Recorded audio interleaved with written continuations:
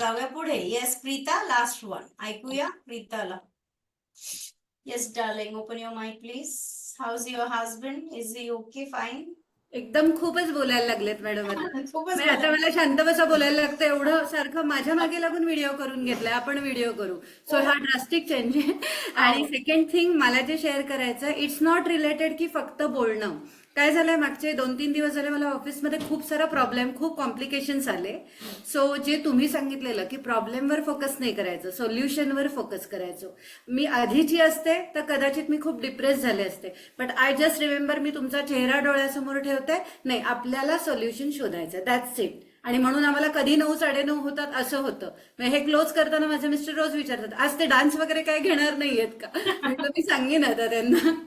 So it's very nice की मला खूप छान वाटलंय. So I am in a good phase. नाही तर मी डिप्रेशनच्या फेजमध्ये नक्की गेले असते या कॉम्प्लिकेशन्स.